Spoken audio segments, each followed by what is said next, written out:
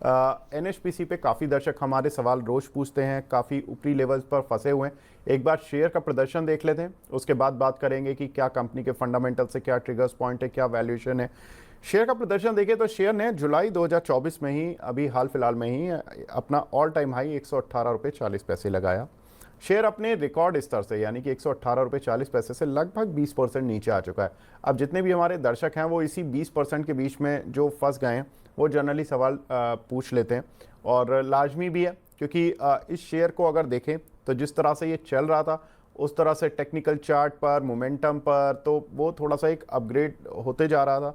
और ज़्यादातर जो मार्केट में एक्सपर्ट थे उनकी रडार पर भी था ये शेयर, क्योंकि जून 2022 से ये शेयर बहुत तेज़ी से चला, 33 रुपये का चल रहा था ये शेयर, और लगभग 4 गुना ये होता हुआ दिखाई दिया, जिसकी वजह से लोगों की रडार पर ये शेयर आ गया। फंसना लाजमी था। अब कंपनी के फंडामेंटल जान लेते हैं। जो लोग फंस चुके हैं या जो लोग इन्वेस्ट करना चाहते हैं, तो कंपनी के फंडामेंटल जानना थोड़ा ज़्यादा ज़रूरी है।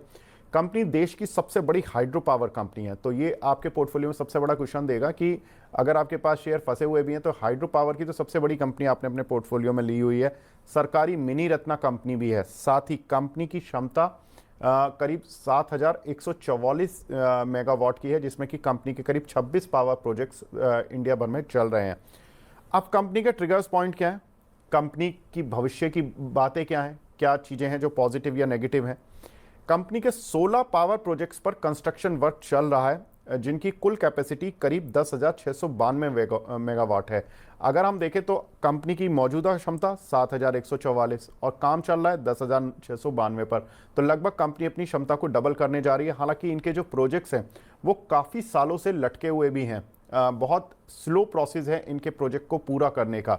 एक प्रोजेक्ट तो 2011 में शुरू हुआ था, 2019 तक उस पर काम ही नहीं हुआ, फिर 2019 से उसको रिवाइव किया जा रहा है।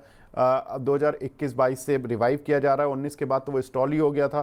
फिर उसके बाद ये इस प्रोजेक्ट का नाम है सुबनसिरी, और ये प्रोजेक्ट पर अब काम शुरू हुआ है। अब उम्मीद कर रही है कंपनी की 2027 तक ये प्रोजेक्ट शुरू हो जाएगा।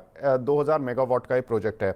800 मेगावाट का जो इनका पाटबटी प्लांट है वो इसी साल शुरू होने की बात हो रही है, तो ये कुछ हद तक इनकी अर्निंग को थोड़ा सा ग्रोथ देने की कोशिश करेगा, जो ये नया प्लांट आ रहा है इनका पाटबटी। साथ ही अगर देखें तो कंपनी 10,692 मेगावाट के पावर प्रोजेक्ट्स के अलावा 4215 मेगावाट के पावर प्रोजेक्ट्स लगाने की लिए क्लियरेंस पर काम कर रही है। ये क्लियरेंस मिलेगी तो इन पर भी कंस्ट्रक्शन वर्क शुरू हो जाएगा, यानी कि कंपनी लगभग 15,000 मेगावाट कैपेसिटी बढ़ाने पर काम कर रही है, या तो कंस्ट्रक्शन स्टेज में या क्लियरेंस स्टेज में है। और ये जो कैपेसिटी होगी 15,000 मेगावाट, ये इनकी मौजूदा कैपेसिटी से लगभग 2 गुना, यानी कि जब ये कैपेसिटी ऐड हो जाएगी अगले 2-5 साल में जब भी, तो तब इनकी कैपेसिटी लगभग 3 गुना हो जाएगी। अब कंपनी के कर्ज की बात करते हैं। कंपनी पर कर्ज देखकर तो बड़ा डर लगता है, क्योंकि 32,561 करोड़ रुपए का कर्ज है। लेकिन ये कर्ज इंपॉर्टेंट ये है कि कंपनी चूंकि गवर्नमेंट कंपनी है तो गवर्नमेंट से कंसेशनल रेट पर मिला हुआ है, और इसकी वजह से इन पर जो इंटरेस्ट बर्डन है वो बहुत ज़्यादा नहीं है। इनका जो लास्ट ईयर इंटरेस्ट कॉस्ट आई थी वो 608 करोड़ रुपये आई थी। अदरवाइज कोई और दूसरी कंपनी हो तो उसका एक बड़ा पोर्शन तो इंटरेस्ट कॉस्ट में ही निकल जाता है, तो ये कंपनी के लिए बड़ा प्लस पॉइंट है। साथ ही अगर देखें तो इनकी जो पावर जितनी ये बनाते हैं उसके लिए ज़्यादातर इनकी सप्लाई एग्रीमेंट है, कि पावर बनाई और बेच दी। बिकने के लिए ऑलरेडी एग्रीमेंट है, इनको ढूंढना नहीं पड़ता बायर। और पावर सप्लाई एग्रीमेंट जो इनके ज़्यादातर हैं वो 3.5 रुपये पर यूनिट के हिसाब से हैं। अब इसके फाइनेंशियल और वैल्यूएशन देख लेते हैं।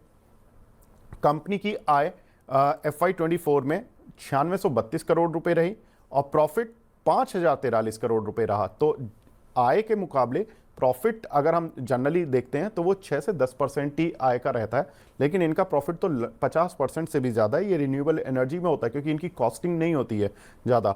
साथ ही अगर देखें तो कंपनी की FY24 में EPS करीब 3.61 रुपये रही, और पी मल्टीपल 25.2 पर चल रहा है। साथ ही बुक वैल्यू करीब 39.5 रुपये पर शेयर चल रही है।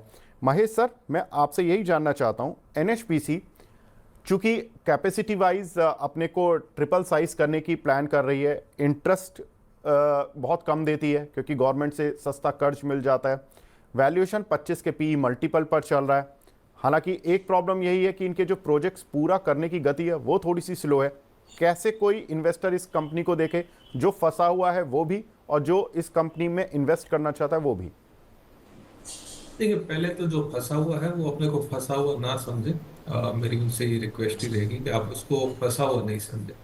कंपनी में जैसे वो आप 33 के लेवल्स के बाद में एक अच्छा खासा अमाउंट मूवमेंट आया था, तो एक्सपेक्ट वो टाइम पे ये कर रहे थे अभी जो सिर्फ प्रोजेक्ट है ये फास्ट मूवमेंट में आएंगे, और कुछ अपडेट्स आए थे जिससे ऐसा इंडिकेशन हो रहा था जिसमें अब एक फास्ट मोमेंटम आएगा।